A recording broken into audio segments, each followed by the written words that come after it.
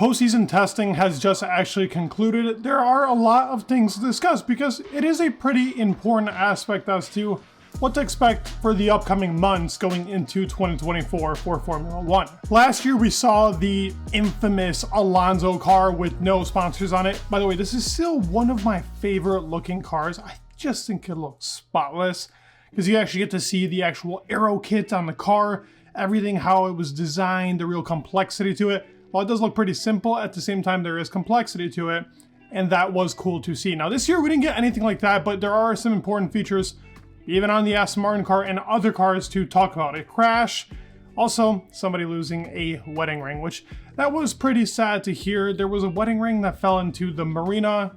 Teams like to do this at the end of the year. They'll jump into the marina as like a celebration almost, and somebody fell and then their wedding ring kind of fell into the marina. I mean, that is horrible. There are updates on it constantly. It's still an ongoing process, still yet to be found.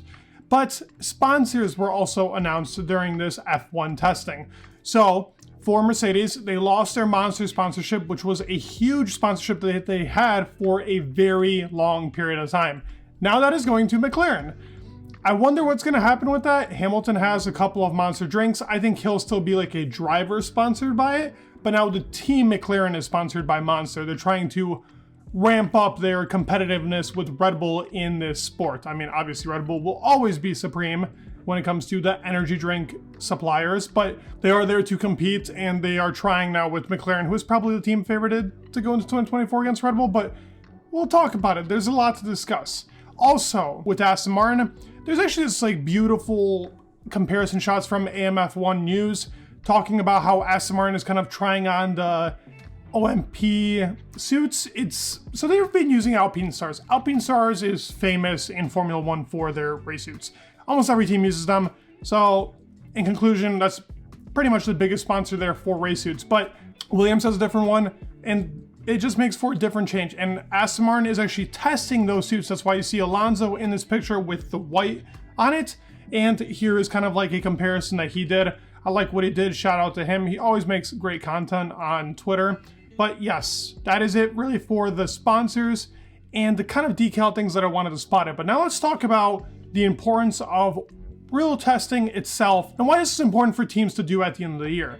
So going over it, let's put up the times first, because this is kind of actually the most least important part of testing, but it gives you really who tested and what compounds. So as you can see, practically everybody put their fastest times on the C5, which is the softest compound. C3 for Russell on a medium. By the way, in these last season tests, you go from C5 to C1. I think there's even a C0, but nobody's going to use that. That is because there is no mandatory set of 3 sets of tires that they have to take. You can take whatever set you want and test on it. So teams will go throughout the rotation from C5 to C1 to see how the car reacts between each compound. Obviously, the fastest time will also be set on the softest tire. But this has no correlation to fastest times in a Grand Prix or anything, because these gearboxes are running on really low levels, and the power unit in general, it's kind of just to get them through. That's why Charles Leclerc didn't do any donuts, and other teams didn't do them, so they can actually do this. They can actually go for the testing. So Alpine, I guess Ocon had the fastest time. We know he's not the fastest car. Time of day also kind of matters. I guess he did it at 4:54, but at the same time, it's not really that important. The point I'm trying to make is, for the compounds, it's important that they test all these compounds, and for the drivers to actually see how the car feels. Because setup here is what's really the main key to post-testing. And we're going to see that with the Aston Martin car. Aston Martin actually here, on the 3 different drivers that they had 3 different setups. Now, they must have planned this. They must have had this coming to be like, okay, let's see what runs best. They ran the Bahrain spec of the car, and every single car, don't know what was the reason behind this. Maybe they did change them. There's no pics out of it yet, but every single car had the Bahrain front wing. Now, if you followed throughout the season, the Bahrain front wing actually was banned due to flexing. This happened somewhere near Baku time. It put them back. They said this was actually like a big premise to their car. A lot of teams had this, but then it got kind of clamped down. Didn't really change much in the pecking order. But for Aston, it was important that they had this on their car. They brought it back. Now, how much of this front wing is still flexing, we don't know, but it is the front wing from Bahrain. When you look at it, it's practically spot on when it comes down to it. And you can see little differences that they have to their front wing that other teams have. They have it lower towards the nose of their car and more outwash coming out from the side. Now, Red Bull actually has it higher up towards the nose and it goes lower towards its outwash area on the front wing end plates.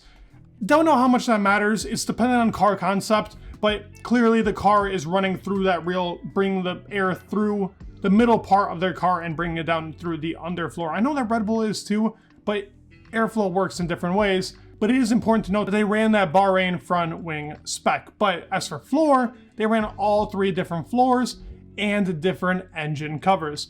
The engine covers, one of them has a shark fin, the other one has the actual engine cover part kind of dipping down, one has the straight out, one has more cooling, one has less cooling. For the floors, we saw the one in USA, we saw the one in Qatar that has a little bit more of a undercut. Well, it's not even Qatar, it's Canada that had a little bit more of an undercut. And in Bahrain, they had the least amount of undercut there, giving the air kind of a halt before going. But in Coda, they had it very effortlessly go through the car to try and give it more top speed. Now, the car actually did gain top speed. Their Bahrain spec was pretty draggy, but the actual Canada spec was not. But that's where they kind of lost rear grip in the car, so they tested them all. I think Alonso was running the Canada spec-ish car. I think Stroll was running the Bahrain one, and funny enough, Felipe Drugovich was running the Coda spec.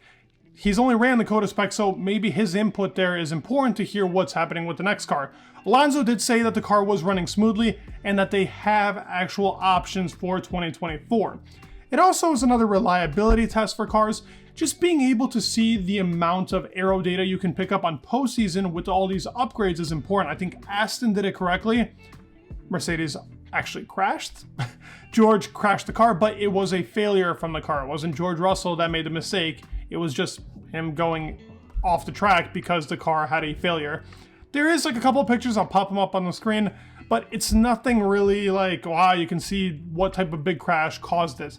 It wasn't really on his fault, so there's not really much there to be talked about. But yes, the RB19 was getting tested here. Max and Lewis weren't here. They don't really care, but it's because those guys give enough input throughout the season anyways. They don't really need them in postseason testing. Alonso was here. This is where he was actually able to really give his analysis in the 22 car last year, and look what happened to the 23 car. With the help of, obviously, Sebastian Vettel as well. That's not just on Alonso, but it does help to have a driver really give you that input and how you can change the setup going into 2024. Like I said, Dan Fowles has already talked about with Aston Martin. I know this is a big Aston Martin update, but it's the only team that really gives us a lot of this news when it comes out to this kind of postseason testing. Ferrari's pretty set on their car. They're changing it. We know from Mercedes, that'll be my next video coming out tomorrow talking about that W15. It's a big change coming for them and a lot of teams in general. This was a big test for them. Hope you guys enjoyed this. Postseason testing is important, and it actually gives us kind of an idea of where teams are going to go with certain directions. If we were to actually get it broadcasted, that would be much better, but it's never really the case. So hope you guys enjoyed the video. Please leave a like, subscribe. It would mean the world, and peace.